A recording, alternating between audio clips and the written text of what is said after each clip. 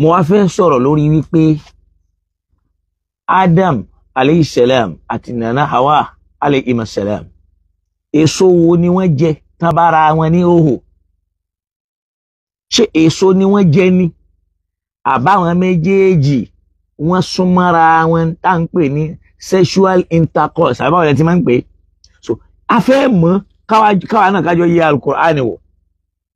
Ẹ rí i pé mo sọ ọ̀rọ̀ kan wípé tí èyí àwa mùsùlùmí ni wípé Islam kì í ṣẹ̀sìn ẹnìkan, Ọlọ́run nìkan lọ́ba tó ní nǹkan, ó sì ti gbé e lé àwọn èèyàn lọ́wọ́.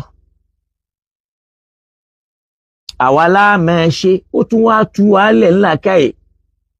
Ó ní afala yatadabbaruna al-Qur'ana, kí ló dé tẹ́lẹ̀ wòye sí al-Qur'an? Ó ní walau kana min inda ghayrillah, tó bá jásí pọ́dọ̀ ẹlòmíì níwé náà bá ti wá tí èé ṣọ̀dọ̀ Ọlọ́run. Lawajadu fi ikhtilafan kathira, ẹ rí àwọn oríṣiríṣi àwọn èdè àìyedè, àwọn ọ̀rọ̀ tí ò ní jọra wọn, ẹ máa bá pàdé ńbẹ̀ tí ó máa tako ara wọn. Àmọ́ ń gbà ó jẹ́ sí pé ìwé Ọlọ́run nìkan náà ní ń dá ọ̀rọ̀ sọ ńbẹ̀, èyí wò fún àwọn èèyàn láǹfààní káwọn ọ̀rọ̀ wọn kán lè máa takora wọn nínú Al-Qur'an. Gẹ́gẹ́ bá a ṣe ń rí àwọn àtakò ara wọn nínú hadith, tá a máa ń rí àwọn àtakò pàápàá nínú àwọn ìwé míì tá a pè níwèé àwọn ẹlẹ́sìn míì tí wọ́n máa ń sábà kà fún wa, á máa ráwọn àtakò ńbẹ̀. Ṣé wá rí ìsìláàmù yìí dùn púpọ̀ tọ́lọ́run bá ní ká lè gbọ́ ara wa yé. Ẹ rí i pé àìgbọ́ra wa yé nì ló ń jẹ́ kó máa dàbí pé ṣé ìsìláàmù yìí ṣó wá dùn báyìí? Wallahi ìsìláàmù dùn púpọ̀, ìsìláàmù dùn púpọ̀. Bí èèyàn bá rí adùn ìsìláàmù, wàá mọ̀ wípé kò sí ní tó fi ń dáa tó ìsìláàmù bíi tí wọ́n mọ̀ lábẹ́ sánmà yìí o. Kò sí ní tó fi ń dáa tó ìsìláàmù.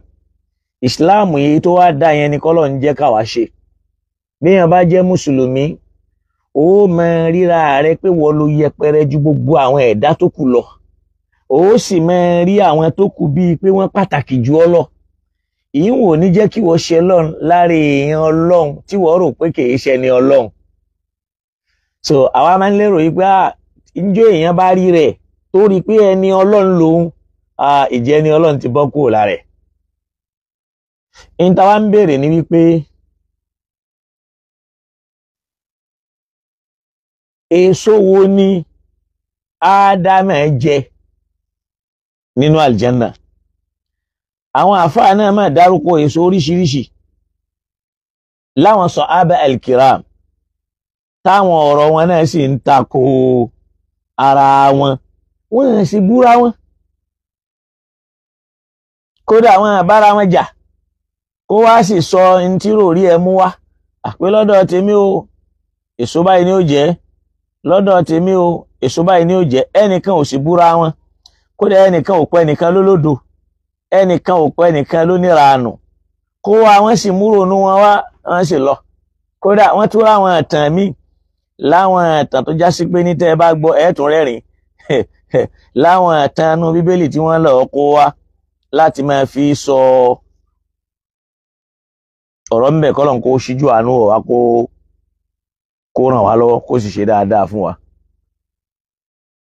So k'Ọlọ́run kó wá ràn wá lọ́wọ́. Ẹ rí i pé eléyìí náà ni ó máa fún wa ní àǹfààní kájọ wá lọ sínú Al-Qur'an, ká lọ wò pé irú èso wo ni Ádámà alayhi salam òun náà ni wọ́n jẹ. A rí i pé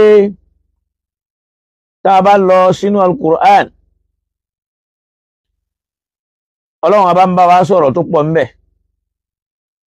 pàápàá nípa Ànábì Adam àti ìyá ńlá wa Hawa, k'Ọlọ́run bá wa kẹ́ àwọn méjèèjì. Màá fẹ́ ká jọ lọ sínú Suratul Baqara. Ṣé ni máa ń sábà ṣàlàyé kinní kan táwọn èèyàn kì í máa ń ṣì mí gbọ́, tí wọ́n á ló fẹ́ gbé tuntun wọlé ni, tí yóò sì sí tuntun kankan lábẹ́ ọ̀run mọ́. Torí pé Al-Qur'ani ó máa tuntun títí ayérayé ni. Ọlọ́run ò ní sọ̀rọ̀ kan nínú Al-Qur'an kó má tú nínú Qur'ani yẹn náà. ṣe rí gbogbo àwọn ìgbìyànjú àwọn àfáà lórí pé asbabun nusul kí ló fà á táyà yìí fi sọ̀kalẹ̀, ìgbìyànjú ni. Èyí tó pọ̀ jù náà àwọn ìgbìyànjú ni àwọn Yẹhudi ló sì mú wá, ló fi já sí pé èyí tó tẹ́ wọn lọ́rùn nínú àwọn ìtàn ni wọ́n máa pa sínú tafsiru fún wa, tó sì já sí pé ọ̀pọ̀lọpọ̀ rẹ̀ kì í máa níbàámu pẹ̀lú al-Qur'anul Karim. Gbogbo wa la mọ̀ wípé Ádámù alayhi salam ẹ̀dá kan nínú àwọn ẹ̀dá Ọlọ́run ni. Tẹ́nìkan ò lè jiyàn sí pé báwo ní Ádámù ti jẹ́, pé ta ló dá, àmọ́ p'Ọlọ́run ló dá. Kí l'Ọlọ́run fi dá, àmọ́ p'Ọlọ́run dá látara yẹ̀pẹ̀, gẹ́gẹ́ bí n tí gbogbo wa náà tá a ti mọ̀. Tàbá wá wo al-Qur'an, mo kàn fẹ́ ká fòye gbé wò pé ṣé èso l'Ádámù jẹ ni àbá Ádámù àti Háwà ò sún mọ́ra wọn. Kájọ wá yẹ Kùránì yẹn wò dáadáa pé kí ni tá a fẹ́ sọ, torí pé èmi lèmi ti sọ ọ́ rí, ọjọ́ sì ti pẹ́, ó sì wà recorded tí èyí ṣọdún méje ní ìsìn mọ́, wallahi. Kí n tó tún wá gbọ́ lẹ́nu Maulana Fadilatu Sheikh Habibillah Adam Abdullahi Al-Ilori, kọ́lọ̀ ń dákun bá wa ṣàlékún dáadáa àtàláfíà fún wọn, kọ́lọ̀ mọ́jà àti ìwà wọn ti báyìí èrò ọ̀tá, Olúwa Ọlọ́run dákun mọ́jọ́ ó ṣẹ lórí wọn, mọ́jọ́ ó ṣẹ nù gbésí ayé wọn, má fi wọn dá, má gba ọ̀tá, má fi ẹ̀rín wọn sọ́ta lẹ́nu. Lọ́la la ilaha illallah Muhammad Rasulullah wala hawla wala quwwata illa billahi al-aliyyil azim. Náà ibi tá a ṣàfẹ́ lọ ní pé ńgbà t'Ọlọ́run fẹ́ pinlẹ̀ dídá Ádámù, ó sọ fáwọn màláíkà ká má tún lọ rìn jìnnà látara à ń pàtàn. Ibi ìṣẹ̀lẹ̀ ṣáà ti wá ni pé mo sọ pé Ọlọ́run kì í sọ̀rọ̀ ní al-Qur'an kó má tu níbòmí, àmọ́ látara wípé a kì í fàyè lẹ̀ ká yẹ Qur'an wò dáadáa gẹ́gẹ́ bí ìwé Ọlọ́run, ó fún wa láǹfààní ká gbọ́ túmọ̀ al-Qur'an yé dáadáa. Láàfin máa rí pé afdalu tafsir, èyí tó dáa jù nínú túmọ̀ Qur'an láyé náà ni at-tafsirul Qur'an bil Qur'an. Ìntọ́lọ́run fúnra rẹ̀ sọ̀rọ̀ ẹ̀ tó fúnra ẹ̀ ṣàlàyé nǹkan nínú al-Qur'an yẹn bákan náà. Ẹ rí pé tá a bá wo Suratul Baqarah nínú àyà 35, Ọlọ́run ṣàlàyé, ó sọ̀rọ̀ nípa Adam. Ọlọ́run wá lọ sọ àlàyé ìtumọ̀ tí ń wí nínú Suratul A'raf. Ẹ máa wọ Ọlọ́run wò, ó ń sọ, ó kàn brief ẹ̀ nínú Suratul Baqarah, ó wá lọ expatiate ẹ̀, ó break it down nínú Suratul A'raf. Ẹ wá gbọ́ túmọ̀ tí ń sọ yé mẹ́.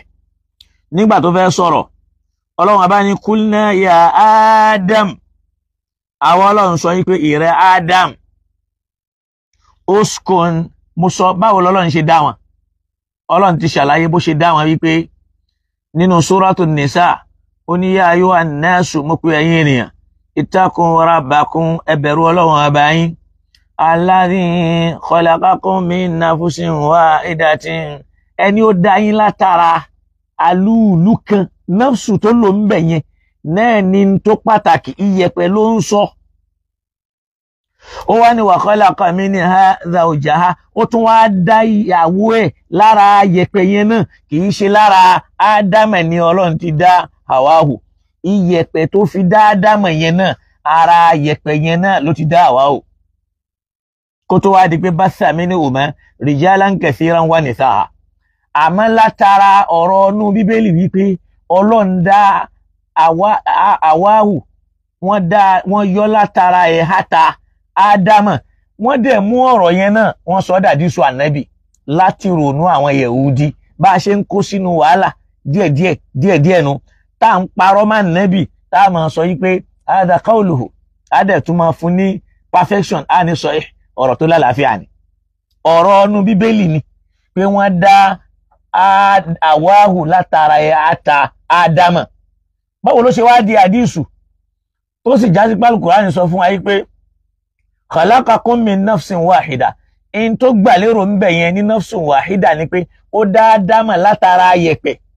lára nafsu turabu yẹn iyẹ̀pẹ̀ yẹn náà khalaqa min zawjaha ló ti dáyàwó ẹ̀ kì í ṣe pé ó dá látara ẹ̀hátà à ń lọ ń kọ́pì ọ̀rọ̀ ọnú bíbélì a dẹ̀ ń sọ di hadith àìmọye ẹ̀bẹ́ nù Sahih al-Bukhari tó ń di hadith tààtù wa máa jà sí pọ́rọ̀ ànábì ni bẹ́yẹn bá ti takò ó takò sunna khalaqa min zawjaha ara yẹ̀pẹ̀ yẹn náà kì í ṣe pé ara ata hadith yẹn asílù ẹ̀ inú bíbélì ló wà akàn lọ́rọ̀ wá ni ya ànábì sọ fún wa pé khuliqatil mar'atu min dil'in wọ́n dá obìnrin látara ata ádámà so tó bá mu wà inistaqamtaha tó bá ló fẹ́ nà báyìí ó fẹ́ straight ẹ̀ àtàní kasartaha wọ́n ní wàá kàn wà inistamtaha tàbí àmọ́ tó bá ń gbádùn ẹ̀ bó ti wọ́ yẹn náà tó bá ń gbádùn ẹ̀ gẹ́gẹ́ tí wọ́n ṣe istamtaha tàbí wàá dẹ̀ enjoy ẹ̀ dáadáa tó bá fi ilẹ̀ bẹ́ẹ̀ ìyẹn fi hàn pé wọ́n gbà pé obìnrin bend gbogbo tó bá dá lára nú ayé ẹ̀ fílẹ̀ bí ó máa dá nìṣó ìbá lè fọ́ ẹ lábẹ́ ìbá lè fún ẹ lọ́rùn istamtaha tàbí tó fílẹ̀ so ọ̀rọ̀ nú bíbélì ni àmọ́ lónìí àdíìsù ni nínú Sahih al-Bukhari kọlọmbá wa kẹ́ àwọn ẹni ọlọ́run tí wọ́n ti lọ bọ́lọ̀ ń ṣe dáadáa mẹ́ ni pé ó dáadáa mẹ́ látara yẹ̀pẹ̀ ara yẹ̀pẹ̀ kan yẹn náà tó ti dáadáa mẹ́ yẹn ló ti dá àwa òfin rẹ̀ àwọn méjèèjì bá sàmì ní òmà rijalan kathiran wa nisaa kó tó wá máa yọ akọ abo jáde lára àwọn méjèèjì táwọn ẹ̀dá fi wá pọ̀ ibi tí mo kàn fẹ́ lò ní kókó nìyẹn àwọn kan ò ní gbà ó látara àdísù wípé khuliqati al-mar'atu min dil'in wọ́n dá obìnrin látara ata irọ́ ni o iyẹ̀pẹ̀ náà lọ́lọ́run fi dá àwọn méjèèjì o Kùránì sọ yẹn sọrí atan àmọ́ wọ́n ti gbà lọ́wọ́ wa wọ́n ti gbèrò nú Yẹhudi lé wa lọ́wọ́ kọ́lọ́n kó dákun kó là wá kó tún làákàyè wa ṣe ọlọ́run wá dá wọn àti mọ ìrìn àjò tọrọ wọn rìn níwájú ọlọ́run àtàwọn màláíkà ọlọ́run wá ní ya Adam ìrẹ Adam uskun anta wa zawjukal jannata ìwọ àti igbákejì rẹ̀ yìí ẹjọ́ máa gbénú ọgbà àdẹ́ra tẹ́ bá ń gbé bẹ̀ wakula ọlọ́ni ẹ ṣáà máa jẹ min ragadan ẹ máa mu ní rọrùn àyíṣù sí ìtumọ̀ ibi ẹ bá lè jẹ́ dé ó kọ́kọ́ rí pé nínú ọ̀rọ̀ yẹn kò sí kinní kan bẹ̀ tí wọ́n ní jẹ kọ́kọ́ wo Kùránì yẹn ó ní wakula ẹ̀yin méjì ẹ máa jẹ ẹ máa mu ragadan freely ọlọ́run ò fún wọn ní báńdìrì ragadan àyíṣù sí ìtumọ̀ ibi ẹ bá lè jẹ́ dé ó wá ní wala taqraba hadhihi ash-shajara wala taqraba hadhihi ash-shajara ọlọ́run wá mú wọn mẹ́lẹ̀ ó wá ní ṣe rí igi nì ẹ má súnmọ́ o àwọn náà mọ́gi náà torí pé ó ti ní fakula minha ragadan haythu shi'tuma yẹn ni pé kò sí tí wọ́n lè jẹ ń bẹ̀ wọ́n lè jẹ sọ́tún wọ́n lè jẹ sósì wọ́n lè jẹ síwájú wọ́n lè jẹ sẹ́yìn kódà wọ́n lè jẹ sókè wọ́n tún lè jẹ sísàlẹ̀ ragadan haythu shi'tuma ìbíyàn bá lè jẹ dé àmọ́ wala taqraba hadhihi ash-shajara ẹ̀yin ó wá pa àwọn méjèèjì pọ̀ torí pé ìntọ́lọ́wọ̀n ò fẹ́ kí wọ́n ṣe yẹn o akọ ò lè dáṣe bí ò bá rábò abo náà ò lè dáṣe bí ò bá rákọ bá a bá sì ṣe nǹkan yẹn ayé ò lè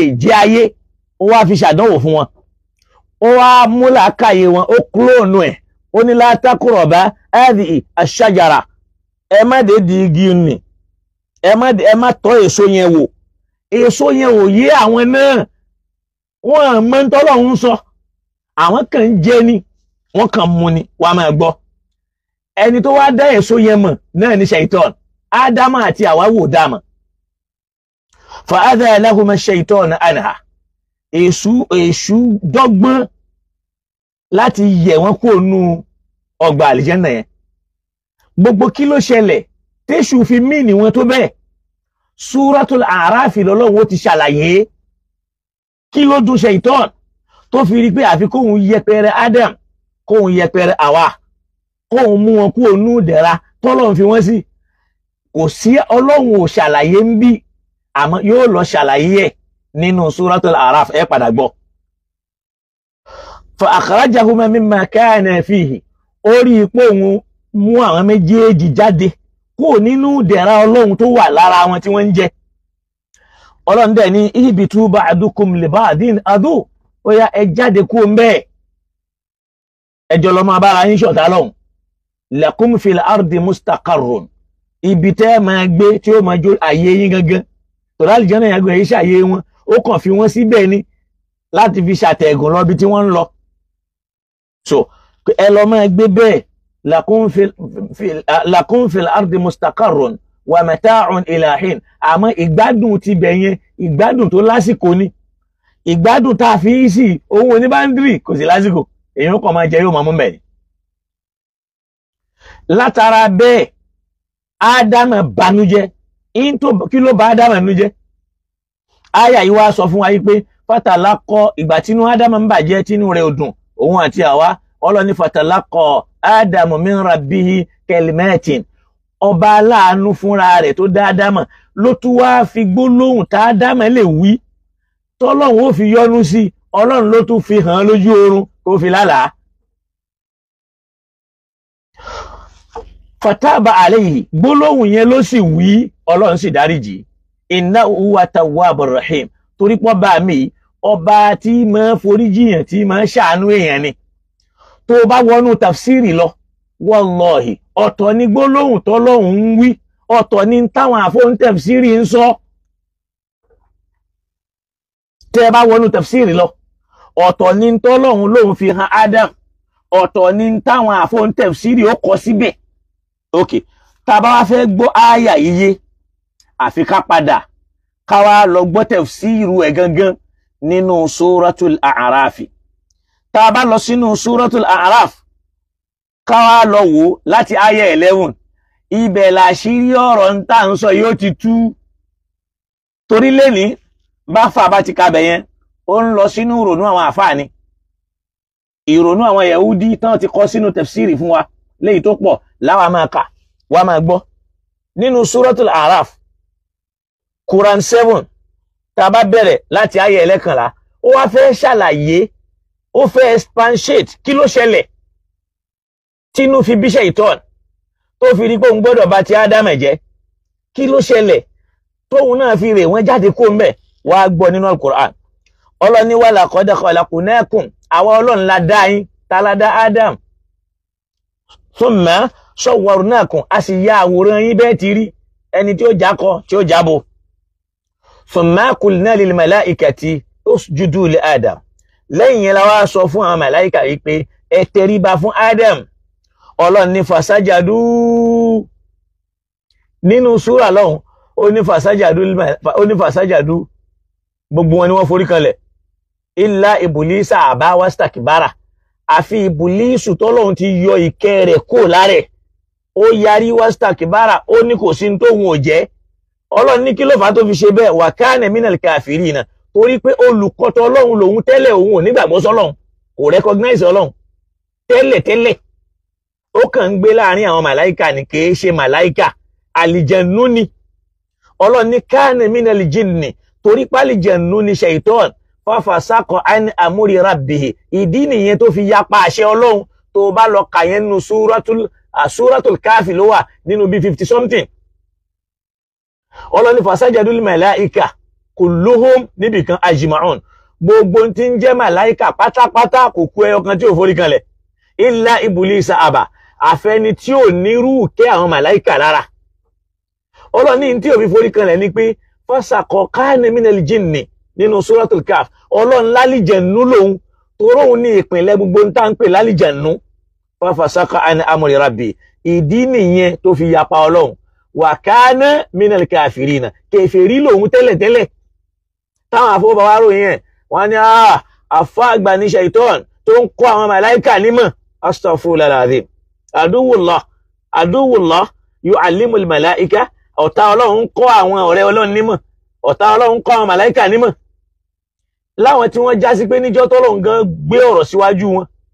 Ok, tó bá yẹ pé ṣàítánù nímọ̀ ni nígbà Ọlọ́run bá sọ yí pé wa 'allama Adama al-asma'a kullaha, gbogbo ìmọ̀ tó wà láyé orúkọ gbogbo tọ́lọ́run dá tọ́lọ́run fi mọ Ádámù, thumma 'aradahum 'ala al-mala'ika, tó wá gbé síwájú àwọn màláìkà yìí pé anbi'uni bi asma'i ha'ula, ó yá àwọn orúkọ nǹkan wọ̀nyí ẹ máa sọ in kuntum sadiqin, tẹ́ ẹ bá mọ̀ ní tẹ́ ń wí gbà mo ni mo fẹ́ dá. Qalu, wọ́n dẹ̀ dáhùn wípé subhanaka, mímọ́ rẹ Ọlọ́run, la ilma lana illa ma 'allamtana, kò sí ìmọ̀ kankan lọ́dọ̀ wa yàtọ̀ sẹ́nu wọn bá ń tó fi mọ̀ wá. Innaka anta al-halimul hakim, tá a bá ń sọ̀rọ̀ ìmọ̀ ìwọ ló ní.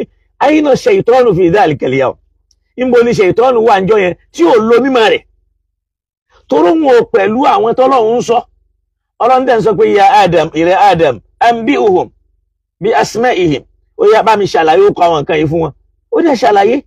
Ọlọ́run ní falamma anba'ahum, nígbà Ọlọ́run tó wá ṣàlàyé fún wọn tán, qala alam aqul lakum, ṣé mi ò sọ fún yín pé inni a'lamu ghayba as-samawati wal ardi, èmi Ọlọ́run ni mo mọ̀ tó pamọ́ nínú sánmà àti ilẹ̀, wa a'lamu ma tubiduna wa ma kuntum taktumun, mo mọ̀ tó wà lọ́kàn yín, mo mọ̀ tẹ́ ẹ sọ síta. In tó ń ṣe yín ni pé ẹ fẹ́ kí n dẹ́ ẹ̀dá mi wà lálẹ́ àwọn ẹ̀dẹ́ ilé yìí, iṣẹ́ tí wọ́n yàtọ̀, àwọn ni ó jẹ́ káyé mọ̀ pé mi lọ́lọ́run. Àwọn ní gbogbo nǹkan ó fi mọ̀ pé ẹ̀dẹ́ èèyàn ni ó jẹ́ kán mọ̀ pé Ọlọ́run wà. Lóòótọ́ àwọn kan ó mọ̀ yapa, àwọn kan ó mọ̀ ṣètò Ọlọ́run nù wọn. So ṣàítánù ò mọ̀ nǹkan kan, àìmọ̀ nǹkan yẹn ló ṣe rí rẹ̀. Torí aláìmọ̀ kan ní mẹ́ rí rẹ̀ pé òun tó nǹkan, òun bàbàrà ni ó máa wọ rẹ̀ pé àná èmi mà ní, torí èmi yẹn náà ló kó bá ṣàítánù. Ọlọ́run má jẹ́ ó kó bá wa. Ọlọ́run ní fasajadu, wọ́n forí kanlẹ̀, illa ibulisa, àyàfi ẹni tí ò ní kẹ́ Ọlọ́run lára nìkan, lam yakun minas sajidin, òun nìkan ni ò sí nínú àwọn olùforí kanlẹ̀, torí pé kò sínú ṣe sí tiẹ̀ tẹ́lẹ̀ kóun ní forí kanlẹ̀ fọ́lọ́run, torí pọ́ta Ọlọ́run ni.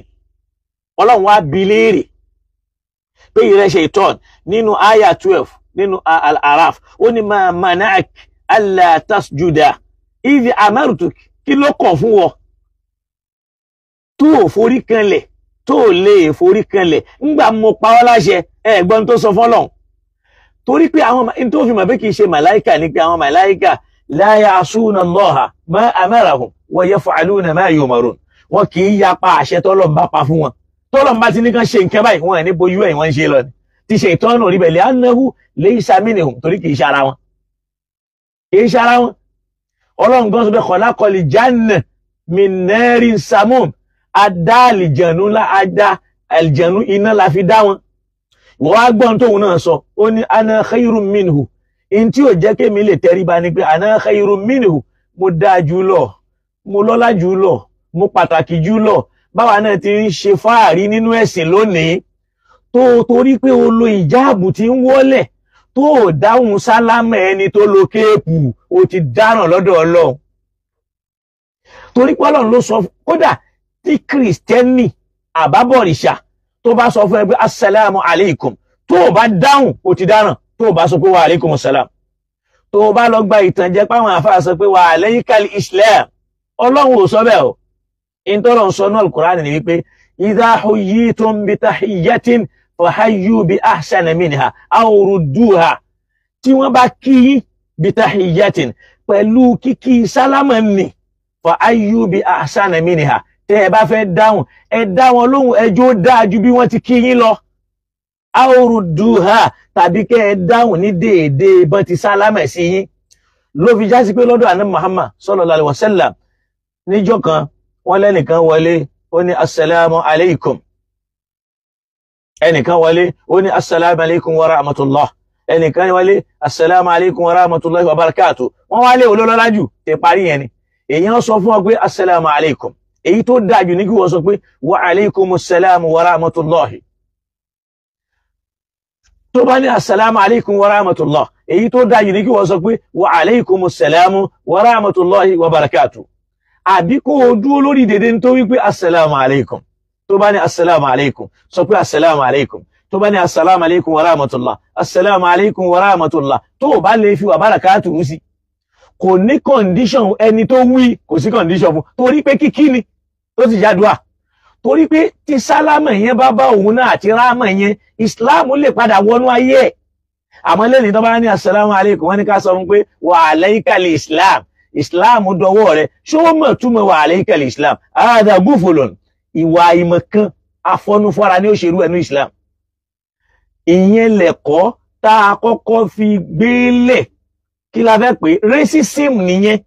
Àfẹ́rẹ́ ni tí ó ṣẹ̀sìn wa, afẹ́ mọ́ yẹpẹrẹ, àwa bá débi àwọn tó tún ń ṣẹ̀sìn yẹn. A sọ pé nítorí pé ìjáàbù tó lò kéré wà láàlí ó ti mófin Ọlọ́run ṣe, ó wá sálámà àdẹ̀dá lóhùn. A ní nítorí ṣòkòtò ẹnìkan ò fò sókè, ó wá sálámà àdá lóhùn. Ọlọ́run yẹrùngbọ́n wò, wọ́n sálámà ó dẹ́niyẹn lóhùn. Tọ́lọ̀ ń dẹ̀ sọ fún wa pé huwa a'lamu bikum idh ansha'akum minal ardi, èmi ni mo mọ bẹ́ẹ̀ ti rí níjọ́ tí mo dá yín láti inú lẹ́lẹ̀. Wa idh antum ajinnatun fi butuni ummahatikum, nígbà tẹ́ wà níkùn ya yín èmi mo dá yín mọ̀. La tuzakku anfusakum, ẹ mọ́ fọ́ra yín mọ́. Mọ́ wo láwà ní mọ́ rẹ kó fi pèrè ẹlẹ́yìn rẹ, kó máa fojú àìdá wẹni tí ò wé. Mọ́ wo orùngbọ̀n mọ́ rẹ kó máa fojú ríwo rẹ kó máa fọ́ra ẹ mọ́. Má wo ṣòkòtò tó fò sókè mọ́ rẹ kó máa bí fọ́ra ẹ mọ́. La tuzakku anfusakum, má fọ́ra ẹ mọ́. Torí pé kí ni huwa a'lamu biman ittaqa, ẹni tí ṣòkòtò tiẹ̀ tó kanlẹ̀ yẹn, ẹni tí gèlè ẹ̀ tó kéré yẹn, ẹni tí yóò ní wíláwà ní tí ò ní rùgbọ́n yẹn, ó ṣeé ṣe kó ní bẹ̀rù jù ọ lọ́dọ̀ Ọlọ́run nínú ọkàn, kó já sí pé fọ́tò nìkan ni wọ́n kàn yà. A'lamu biman ittaqa ló fi sọ fún wa pé la yaskharu qawmun min qawmin, ẹnìkan ò gbọdọ̀ fojú kéré wo ẹnìkan nítorí ìdí kan. Lọ́kùnrin ni o, wala nisa'un min nisa', obìnrin ò gbọdọ̀ dánrú ẹ̀ wò, torí pé kí ni asa an yakunu khayran minhu. Ṣọ́ra àwọn ọkùnrin tó ń fojú yẹpẹrẹ látara ìnírùngbọ̀n ṣòkòtò kan lẹ́yìn, asa an yakunu khayran minhu, ó ṣeé ṣe kó jẹ́ pé lọ́dọ̀ ọba tó jọ ní wọ́n lóore jù ẹ lọ lọ́dọ̀ ọba nì. Wa asa an yakunna khayran minhunna, ṣọ́ra àwọn obìnrin tó ń fojú yẹpẹrẹ látara pé kìí ṣe lẹ́yà, látara pé kéèpù ìjáàbù nílò, látara pé bí ń ti múra tí ò lágbára tó ti wọ́n yẹn.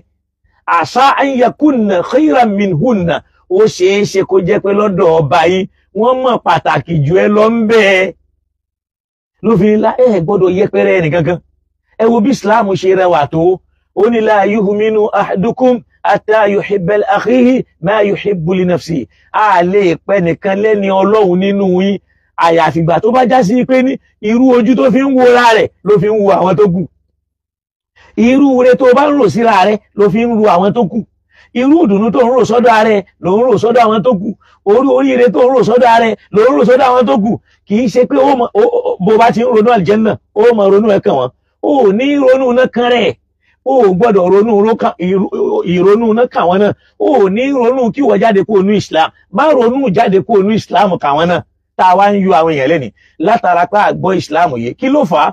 Àwọn àfáà ti fi làákàyè wọn àti ronú wọn táwọn Yẹ̀húdí gbé wá sínú Islam, wọ́n ti fi dá làákàyè wa rú. Tọ́lọ̀ ń dẹ̀ ń challenge wọn wípé am lahum shuraka, ṣáwọn àfáà tá à ń sọ yìí ṣe ẹgbẹ́ Ọlọ́run ni wọ́n ni, ṣorogún Ọlọ́run ni wọ́n, ṣe position Ọlọ́run ni wọ́n wà. Shara'u lakum minad-din, táwọn náà fi ń ṣòfin nínú ẹ̀sìn tó ń sọ pé àfọ́ oní ṣàríà nínú ṣàríà ń tá a mọ̀ sí ṣàríà ní tọ́lọ̀ ń sọ ní Al-Qur'an. Ọ̀rọ̀ àwọn àfáà ṣe wá ń di ṣàríà tó wá ń ṣòfin ẹ̀sìn ma lam ya'dhan bihi Allah, tọ́lọ́hun ò pàṣẹ ẹ̀ fún wọn bẹ́ẹ̀. Làwa mùsùlùmí fi gbọ́dọ̀ ṣọ́ra tẹ́nìkan bá sọ̀rọ̀ fún wa níbo ló wà ní Al-Qur'an ká túmọ̀ rẹ̀ kó jiná, yàtọ̀ sí ìtukùtù bíi pé alladhina ya'rifuna ni'matallah, àwọn tí wọ́n rí orí Ọlọ́run lára ẹnìkan thumma yunkiruna àti wọ́n ń takò rárá ntọ́lọ́hun sọ bẹ́ẹ̀ ń bẹ̀ kọ́nù. Tí wọ́n bá lọ káyà yẹn dáadáa látòkè wá, ó rí pé ntọ́lọ́hun bá ń sọ, ó sọ bó ṣe dá wa, ó sọ bó ṣe dá sánmọ̀, ó sọ bó ṣe dá jíjẹ, òun dá ràkúnmí ìntẹ́ mọ̀ gùn lọ, òun dá àwọn òkè, òun dá bẹ́ẹ̀ ṣe ṣayé tí gbogbo ó fi rọrùn. Afabil batil, ṣé orí irọ́ lẹ tún fẹ́ jókòó sí? Ẹ tún wá máa sin àwọn nǹkan tó já sí pé ní wọn lè fún yín ní jíjẹ, wọn lè fún yín ní mímu. Ọ̀rọ̀ yẹn lọ́lọ́run bá wá bá débi pé gbogbo tí mo ṣe yìí o, mo ṣe la'allakum tuslimun, torí kẹ́ ẹ lè gbà fẹ́mi Ọlọ́run. Ọlọ́run wá ní wa in tawallaw, tọ́mọ́ wá láwọn ò ní gbọ́ ìrà Ànábì fa innama alaykal balag, tí ẹni kó jíṣẹ́ fún wọn. torí pé kíni ya'rifuna ni'matallah wọ́n ti mọ̀ pé mi Ọlọ́run ṣoore fún wọn thumma yunkirunaha wọ́n tún wá ń tako oore yẹn wa aktharuhum kafirun ló sọ ọ̀pọ̀lọpọ̀ wọn di káfìrí so káfà wa máa tu kó máa sọ pé wọ́n tako oore ara ànábì oore wo ní ń bẹ lára ànábì tí wọ́n tako ká ànábì tó dá ànábì Ọlọ́run ni wọ́n ti mọ̀ pé oore wà lára ẹ̀ ìdẹ̀ra tọ́lọ̀ torí pé mo ì tún gbọ́ prógrámù kan náà àwọn àfáà tí mo nífẹ̀ẹ́ sí náà dáadáa lálẹ́ yìí táwọn náà tún tú àmọ̀ pé Allahu a'lam ó lè jẹ́ bó ṣe rí lọ yé wọn nìyẹn yìí wò lábùkù dání àmọ́ kì í ṣe túmọ̀ àyà yẹn bọ́lọ̀ ń ṣe ṣoore tó yìí nínú ayé yìí tó ń ṣe jíjẹ mímu ó fún wa látẹ́gùn lọ́fẹ̀ẹ́ àsìkò tó yẹ ká ní ooru á ní ooru ó fún wa ní oòrùn lọ́fẹ̀ẹ́ ooru lọ́fẹ̀ẹ́ ọ̀sán lọ́fẹ̀ẹ́ àlàáfíà lọ́fẹ̀ẹ́ àrísìkí lọ́fẹ̀ẹ́ ọ̀rọ̀ sísọ lọ́fẹ̀ẹ́ ọ̀rọ̀ gbígbọ́ lọ́fẹ̀ẹ́ ká máa lu ọwọ́ yìí lọ́fẹ̀ẹ́ ẹsẹ̀ yìí lọ́fẹ̀ẹ́ àmìlò òkè mi lọlẹ̀ lọ́fẹ̀ẹ́ tọ́lọ́wọ̀n ògbówó tá a sì mọye tá a ná lórí pé a fẹ́ ṣe ẹ̀ ló la ilaha illallah amọye tá a ná tá a bá sọ̀rọ̀ pé a fẹ́ wo Facebook ẹ mọye tá a fi rán dátà Ọlọ́run dẹ̀ ní ká máa wo nǹkan yẹn lọ́fẹ̀ẹ́ á wo omi lọ́fẹ̀ẹ́ á wo ẹ̀sà lọ́fẹ̀ẹ́ á rẹja lọ́fẹ̀ẹ́ gbogbo nǹkan ọ̀fẹ́ là ń lò kọ́lọ́n wá ṣerú oyè nì ya'rifuna ni'matallah wọ́n rí ìdẹ̀ra Ọlọ́run tọ́lọ́run ṣe sínú ayé fáwọn thumma yunkirunaha wọ́n wá tako ìdẹ̀ra yẹn pé kì í ṣe ẹni tó ní ìdẹ̀ra yẹn ló yẹ káwọn sìn wa aktharuhum fasikin wọ́n wá di kèfèrí ìtọ́lọ́run sọ nìyẹn o èèyàn lè wá lò ó kó lọ ń bẹ̀rẹ̀ fún mi wípé èèyàn kì í máa takorí Ọlọ́run ó ṣẹ̀ṣẹ̀ ló síbẹ̀ nìyẹn èyí ṣètúmọ̀ rẹ̀ gangan so gbogbo àwọn àfáà tí wọ́n wà lórí bọ́n ti ń tu yẹn náà Ọlọ́run kó bá wa ṣàánú fún wọn kó bá wa ṣe dáadáa fún wọn torí pé ìkhtilafu àmọ́ ìtumọ̀ ẹ̀ gangan lélẹ̀ téèyàn bá ka Kùránì dáadáa Ọlọ́run kó ṣíjú àánú wa orí èyí ti pọ̀ kọjá kéèyàn wá ní omi tọ́lọ́run dá lèyìn ó lọ máa sìn tó lọ máa da ẹdìyẹ tó ti kú àtẹdìyẹ alààyè tó máa fẹ́ Ọlọ́run adúpẹ́ o tó ṣe wá mùsùlùmí o mọ́ wàá yọ wá kó ń bẹ̀ láéláé o Ọlọ́run kó ṣíjú àánú wa o ẹ rí i pé ibi mo ti lọ ni wípé ṣàìtọ́nù yarí lam yakun mina sajidin Ọlọ́run wá challenge ẹ̀ pé ma mana'aka an alla tasjuda idh amartuka kí ló dé tó lè forí kanlẹ̀ nígbà mo pàṣẹ rẹ̀ ó ní èmi ló kó bá àná èmi mà ní qala ana khayrun minhu ó ní mo lóore jù lọ bí wọn náà ti lóore ju gbogbo èèyàn lọ tí ò sẹ́ni tó ṣe Islam tó dá yàtọ̀ sí wọn nìkan náà ní ṣàìtọ́nù náà rí rẹ̀ ìgbé àná khayrun minhu ó ní mo lóore jùlọ mo dá jùlọ I'm better than him so he doesn't ask what it takes for me to bow down la ilaha illallah ẹ wá wo àwọn shayatinul ins àwọn ọmọ shayatini tí wọ́n kú ayé lónìí fili Facebook la ilaha illallah tí wọ́n rí àwọn àgbàlagbà sí nǹkan kan Ádámù yìí wọ́n ṣẹ̀ṣẹ̀ dá ní o ṣètọ́nù yẹn ti yẹ̀ sí ti bọ́ àmọ́ nítorí pé Ọlọ́run fi ọlá sí lára ṣètọ́nù dẹ̀ fojú kéré ẹ̀ ó ní ana khayrun minhu ó ní mo lóore jùlọ nítorí kíni khalaqtani min narin iná ló fi dá mi ṣẹ́ni pé kìí ṣe màláìka torí ìmọ́lẹ̀ ni wọ́n fi dá àwọn màláìka ó ní khalaqtani min narin iná mà ló fi dá mi wa khalaqtahu min tinin kí n wá máa tẹrí ba fẹ́ tó dá látàrí rẹ̀ èmi iná ọmọ rárá kí n wá máa tẹrí ba fún ẹni tó dá látàrí rẹ̀ ẹ wò ronú ẹ̀ mo lóore jùlọ torí pé sàlàfíà ni mí òun súnfí lòun mo lóore jùlọ torí pé mi ń lo full hijab ó ń wọlẹ̀ òun ń lo cape mo lóore jùlọ torí pé mo ń wọ socks òun èèwọ̀ socks mo lóore jùlọ la ilaha illallah mo ń wé láàánú kò ní mo ní rúgbọ òun ò ní in tó kó bá wà ní ìrònú ṣaitan ni ana khayrun minhu ó ní mo lóore jùlọ torí pé kíni khalaqtani min nari iná ló fi dá mi wa khalaqtahu min tin ó dá òun látàrí rẹ̀ ìyíhun ló bí Ọlọ́run nínú pé níwájú ta ni ìwọ tó jámọ́ nǹkankan ló wá ń ṣe fàárí fi amami rabbil alamin níwájú ọba tó dá sánmà tó dá lẹ́lẹ̀ tó ní ẹ̀mí tó ní gbogbo nǹkan lọ́lọ́ba ní ibit minia jáde kó ń bí get out Ọlọ́run ní jáde ń bí torí pé kí ni fama yakunu laka an tatakabbara fiha kò tiẹ̀ tọ́ sí ẹ kó ló jámọ́ nǹkankan mẹ́ táwọn èèyàn ń pè ní olórí àwọn ẹ̀ ń pè ṣaitan ẹni tí ò sí kẹlá rẹ̀ ẹ máa pè lólórí àwọn màláìkà ẹ máa ní alamul ubad, ẹ máa ní kò sẹ́ni tó sin lọ́hun tó bọ́lọ́ ti sin lọ́hun, ẹni tí ò mọ Ọlọ́run rárá, ẹni tí ò rí Ọlọ́run tó lọ́n fi ń sọ pé fama laka an tatakabbara fiya. Ọlọ́run ní kò lẹ́tọ̀ọ́ sí ẹ kó máa sọ ń bí kó jámọ́ nǹkan kan, ìwọ náà fẹ́ gbére ẹ dípẹ́. Fiya fakhruj, kúrò ń bí, innaka mina sagirin, ìwọ tó já sí pé ẹni yẹpẹrẹ ni ó máa yẹpẹrẹ lọ ni. Ṣàwọn pé kèfèrí ní tẹ́lẹ̀, ọ̀rọ̀ innaka mina sagirin, tẹ́lẹ̀ pé ìwọ nínú àwọn èèyàn tó yẹpẹrẹ jù ní ọ. Qal, lòun náà bá ní anzirni, ẹ gbà mí náà láàyè, ẹ lọ́ mi lára, ila yawmiddin, ila yawmi yub'athun, títí dọjọ́ tó fi gbé àwọn èèyàn ìdè, mo fẹ́ kó fi mílẹ̀ kí n máa ṣẹ̀mí. Ọlọ́run dẹ̀ ní tó bá jẹ́ bẹ́ẹ̀, innaka minal muntazirin, mo gbà. Ọlọ́run ò tún ní nítorí pé òun ń bínú kọ́lọ̀ mọ́jọ́ ó béèrè tó fẹ́ béèrè, torí pé Ọlọ́run fẹ́ fi ṣàdánwò. Náà inú náà láti dá, iná sì ni ó padà kán gùn sí pẹ̀lú àwọn tí wọ́n bá tẹ̀lé. Ó ní Ọlọ́run ò, mo fẹ́ kó gbà mí láàyè ila yawmi yub'athun, títí di ọjọ́ àjíǹde. Ọlọ́run sì ní innaka minal munzirin, ó dá mo gbà, ìwọ náà ti wà nínú àwọn tá fún láàyè tálíkì àmọ́ ó fi dé tí wọ́n mọ̀ ṣẹ̀mí.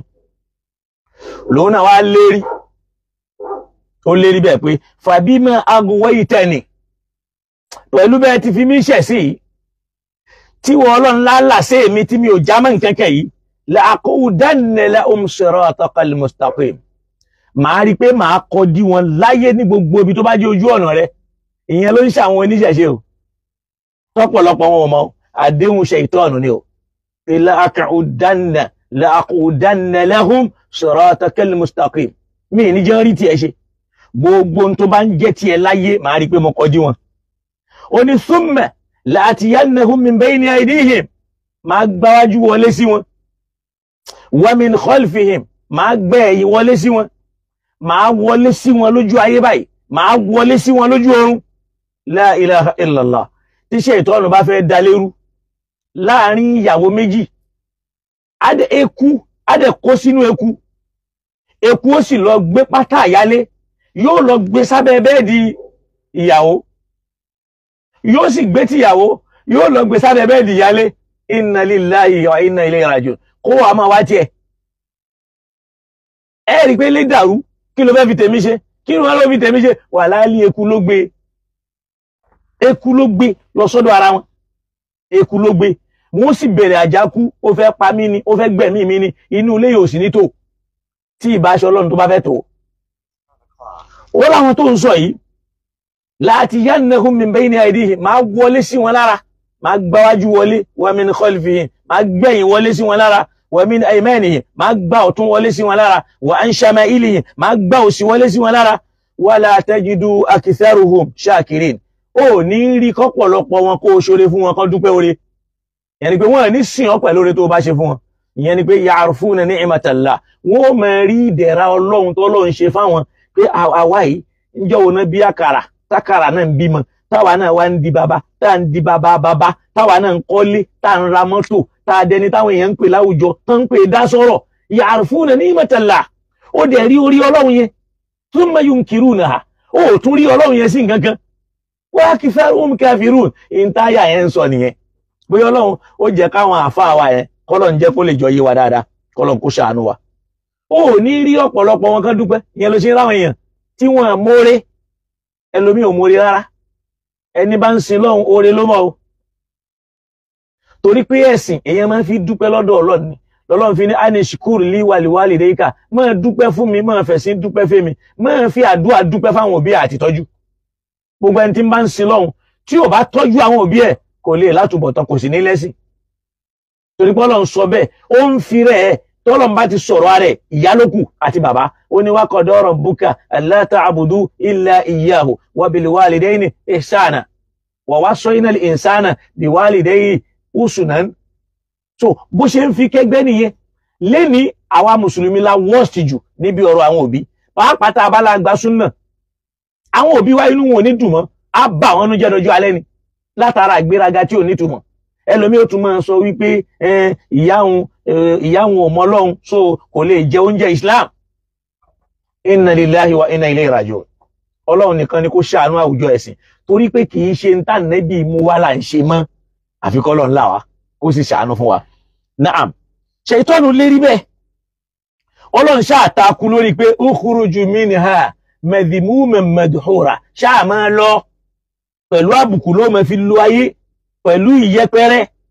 Ọlọ́run wá ní lamani taba'aka minhum, àmẹ́nikẹ́ni tó bá tẹ̀lé ọ nínú àwọn ẹ̀dá mi la'amla'anna jahannama minkum ajma'in, àti wọ́ àti wọ́n máa rí pé mo fi yín kún kẹ́kẹ́ sínú náà jahannama papọ̀ àti wọ́ àti wọ́n. Àdéhùn Ọlọ́run ni tó bá wọn kó tẹ̀lé ṣù kò léṣù làwọn bàbá yín bọ́ nílẹ̀ Yorùbá, it is your problem. Ẹjọ́ wọn náà ni ìyẹn ò mú wà dáadáa rí wọn é mú yẹn sí báyìí ni mò ń ṣe nǹkan mi ó yàtọ̀ báyìí láṣẹ nǹkan wa tó a fi ṣe fáàrí ìsìláàmù yín àfilẹ̀ àní ṣe mọ́ ti ṣe ìsìláàmù ti wà ní àbí tọlọ́hun tọlọ́hun ló ṣe mọ́ kì í ṣe tàwa ayúwà lè mọ́ rí dùn iná iradaka minna ìwọ ló ṣe tàwa àwọn gan la fẹ́ kó ṣe tiwa Ọlọ́run gan ni ò fẹ́ kó ṣe tòun Ọlọ́run tọ́lọ́run bá fẹ́ kó ṣe tòun gbogbo tó ń wí ni ò ní wá sínú ìrònú ẹ̀ so kọ́lọ́run kó má dàrá káyé wa rú kọ́lọ́run kó ṣàánú fún wa. Ọlọ́run lè jáde ńbẹ̀ Ọlọ́run wá ṣẹ̀dí pé ń sìn àti mọ kí ló ṣẹlẹ̀ sí Ṣáítánì níwájú Ọlọ́run ó ṣó arrogancy. Ọlọ́run ò dẹ̀ sọ yẹn nínú Suratul Baqara ó ṣẹ̀ṣẹ̀ wá ṣàlàyé ẹ̀ ń bí. Ọlọ́run ṣẹ̀ tó wá fẹ́ ṣàlàyé ááyà tọ̀hún yẹn tá ń ká lọ yẹn ó ní ya Adam ìrẹ Adam uskun anta wa zawjuka aljanna ó yá ìwọ àti ìyàwó rẹ ẹ máa gbénú aljanna tẹ́ bá wà ńbẹ̀ o fakula min aythu shi'tuma ẹ máa jẹ bí ẹ bá lè jẹ dé kò ní boundary jíjẹ mímu yẹn kò ní àlà àmọ́ wala taqraba hadhihi ash-shajarata àmọ́ ẹ má dé digi òní ẹ má dé digi ní Ọlọ́run ò sọ igi kan pàtó wọn àmọ́ igi náà ẹ ṣáà má dé digi yẹn ẹ má tọ́ igi yẹn o fatakuna mina zolimina kẹ́yìn náà má bàa da alábòsí látara wípé alẹ́ ẹnìkan jáde fún oyin ń bí kẹ́yìn náà má bàa lọ bá ń bi tó wà.